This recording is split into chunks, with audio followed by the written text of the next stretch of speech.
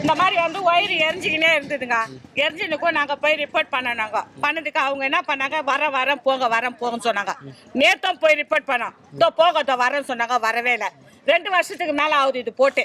அப்போ கூட நாங்கள் போய் சொல்லிட்டு வரோம், இந்த ஒயருக்கு எதுனா ஒரு முடிஞ்சா நீங்கள் செஞ்சுக்கோன்னு சொன்னாங்க. அப்புறம் கவர்மெண்ட்டுக்கு எது குழந்தைங்கள வச்சுக்கிட்டு நாங்கள் சாகணுமா இந்த இடத்துல? நாங்கள் வந்து 20 வருஷம் ஆகுது, 20 வருஷமா மல்ல அடிச்சுட்டு நாங்கள். தண்ணி நல்லா இல்லை, காவா தண்ணி வருது. கேட்டா பழுப்பு ஒஞ்சிச்சின்னு சொல்றாங்க. பின்னாடி பழுப்பு, இந்த பக்கம் காவா ரொம்பிக்குது. இந்த வச்சுக்கு இந்த நடுவுல தண்ணி வேற விட்டானாக்கா அந்த பழுப்பு மேலேயே நடந்து நாங்க தண்ணி பிடிக்கணும்.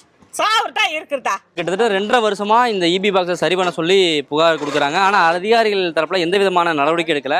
நீங்க பார்க்கலாம், அந்த ஒயர் இங்கேருந்து அப்படியே கீழே போகுது. ஓப்பனாக தான் விட்டுருக்காங்க. இந்த பகுதி மக்கள் தண்ணி பிடிக்கிறது ஃபுல்லாகவே இந்த சாலை ஓரத்தில் தான், இந்த ஓரத்தில் தான் இந்த இபி லைனும் போகுது. ஸோ நீங்கள் பார்க்கலாம், நெடுக இந்த இபி லைன் இப்படி தான் இருக்குது. இது எந்த இடத்துல டேமேஜ் ஆனாலும் இமீடியட்டாக அவங்களுக்கு வந்து ஷாக் வரும். பல உயிர்கள் இதனால் பலியாகக்கூடிய அபாயம் இருக்குது. பாருங்க, பார்த்துங்க. அப்போ நாங்கள் ஒயர் அப்படியே கிடைக்குதா? அந்த மாதிரி தான் அங்கே இருக்குது. நாங்கள் பழுப்பு கொடுத்து போட்டுக்கிறோம். இங்கே அப்படியே விட்டுக்கிறாச்சுங்கப்பா. இங்கே பாருங்க,